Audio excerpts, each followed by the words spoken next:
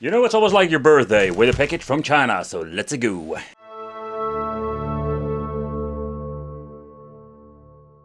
It's awesome that you're tuning in.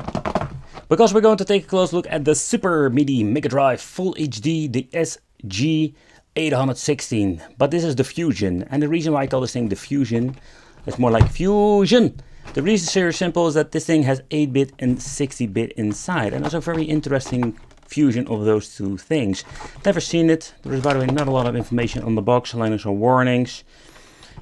This product is not washable and cannot be soaked. Yeah, I know. Why do we even want to do that?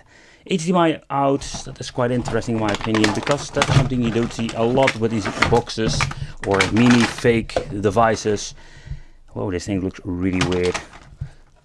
I don't know what it is, more like the Frankenstein beefy, weird looking Sega 16-bit. I have never seen something like this. Or I do. Yeah, I do. I think they reused this, by the way. Yeah, they reused this bloody thing. Okay, so here having like this is like the best toilet paper manual I've ever seen. Like, this is the manual. That's it. It's nothing more. Explanation how it's connected. Yeah, I can figure that out. If I can't, I need to stop making videos, of course. A lot of plastic. And power supply, HDMI, cable, but the question remains. How good are the controllers feeling? Because that is always like in question. Ooh, let me smell it. No, it doesn't smell at all. And the D-pad, it's more like the floating D-pad, but it feels very nice. You can see like the buttons are horrible quality. Like when you're pressing one, you can see them all moving around. Okay guys, so it's time for some rip and tearing, because I just wanted to know what's inside the machine and how does it look. I'm when I say surprised, I was surprised to see that this thing had actually like 8-bit and 60-bit games. I'm more like, why are the rest like, they did make like Super NES versions that are most of the time quite horrible, but they had the option to play like MAME and all the other things. So it's quite a very weird choice. But, so you're making like a 6-bit clone, you're adding games, and you practically like destroyed the system with the software part, because the 16-bit games are just running like shit. So what's the point of a 16-bit clone that doesn't run 16-bit games? So you can tell me, so let's say like leave it in the comments if you know. But this is the thing that always happened, and that's the reason why I love to make these reviews. Besides like punishing myself buying crap, it's more like helping you out guys, you know, like to see more like and warn you more like don't buy the stuff, because it's just a freaking waste of money. Especially with stuff like this. Okay, so let's take a close look here. What is interesting that they are using this Monkey King 3B chip. I'm really giving you a quick overview of the main board and everything else. So at the front we're going to get one PCB, and this PCB contains the 2 ports, the on and off switch and the reset switch. It's just like basic technology, nothing really special. But let's take a close look at the main board, because this is quite interesting. So they have been using this Monkey chip 3B a lot, and with a lot like a MIDI clone especially. But the weird thing is, like with my previous videos I made, most of them had like pretty decent emulation. So I don't know where they did wrong. Why did they just go wrong with this? It's a little bit of a bummer in my opinion, because sometimes these products can be pretty decent, but this is just one big freaking nightmare of a disaster. And also there is no way of adding games. What we're going to do is like unscrew these. Maybe there is a CF slot on the bottom. You never know where they basically put it. So that's what we're going to do. And we're going to just see on the inside and the underside what are we going to get, because Wicked wants to see it all. Okay.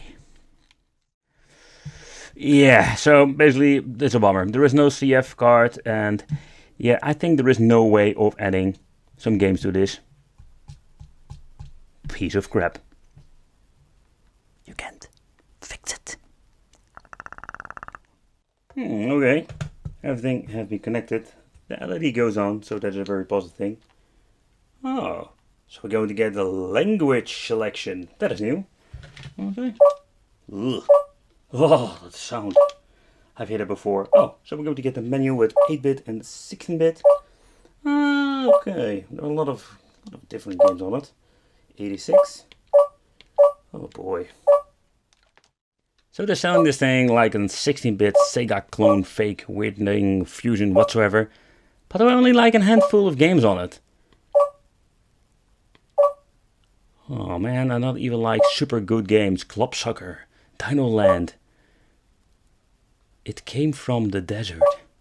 What the hell is that for kind of game? I've never heard of it. But that's it. Oh boy, so shall we try it on? Let's try a couple of them. Let's see how the 16-bit stuff runs.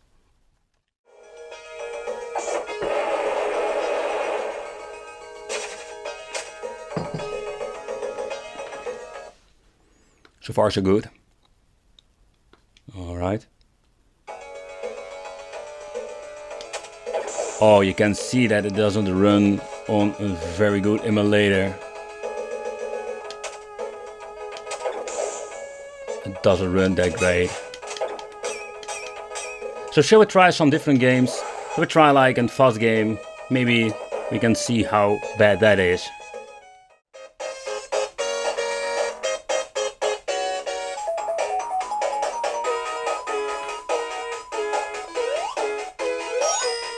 Oh boy!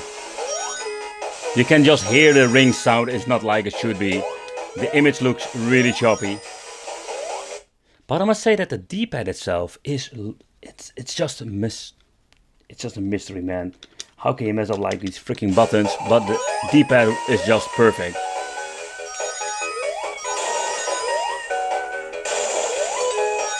And it is also like they have like kind of weird filter over it.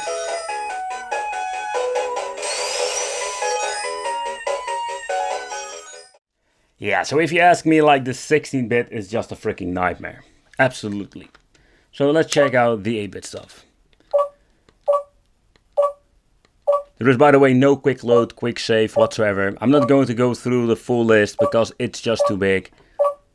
It's just such a huge list, and I'm guessing there are a lot of homebrew stuff on it, a lot of crappy titles, like they're all doing. And in the end, they're just going to repeat themselves. Because it does what they mostly do all the time. Like back in the 90s. Okay, so let's try some games and let's see how they are running.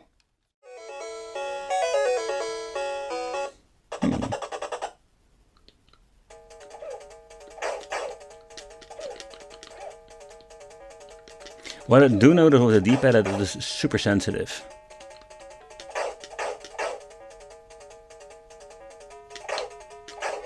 No, don't think so. Watch out! Wow. We do have turbo buttons. Oh crap. Damn the D-pad. Woo! Oh crap. Let's start off with the weird games. I have no idea what to do anymore with this game. Oh, you need to kick them off. Yeah, that was what it was. Just kick the bloody thing. Ah! Spankman is coming for you. Spankman is going to spank you a lot.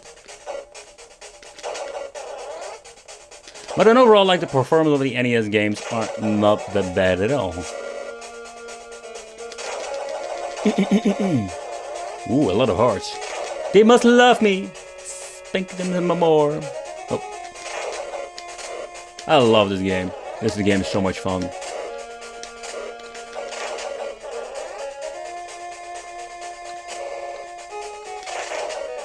Nobody shoots the Spankman. I will just punch you in the balls. Okay guys, so this is what you're going to get with this Fusion Super Mini MD Video TV Game Station, whatever. It doesn't even matter how you call this. Because, oh man, it's so bad. The controllers, that was like a part of it, a surprise, and the reason why in part, because the D-pad is a little bit sensitive, but it feels very nice. That's the way I love to see my D-pads, but the buttons, oh boy, it's really awful. And I was more like, such a bummer.